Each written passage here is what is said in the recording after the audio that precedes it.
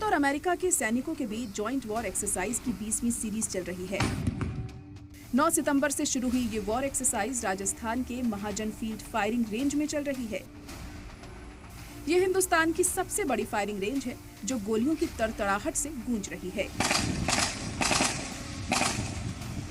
जंग की तैयारी करने के लिए एकदम असली जंग वाला माहौल तैयार किया गया।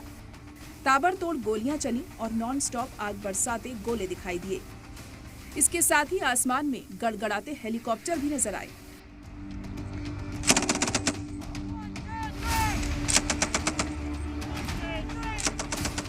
जगह जगह खतरनाक हथियारों से लैस दस्ते की तैनाती हुई, जिन्होंने जंग के मैदान की तरह लगातार फायरिंग की।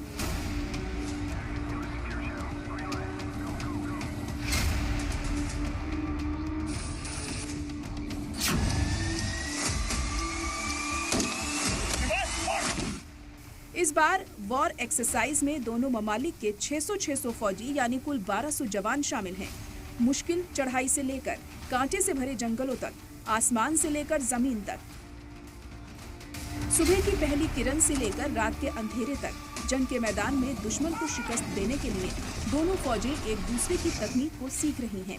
वॉर एक्सरसाइज में रेस्क्यू और अटैक ऑपरेशन में स्किल पर फोकस है, यानी हमला करने और बंधकों को रेस्क्यू करने की एक्सरसाइज की जा रही है।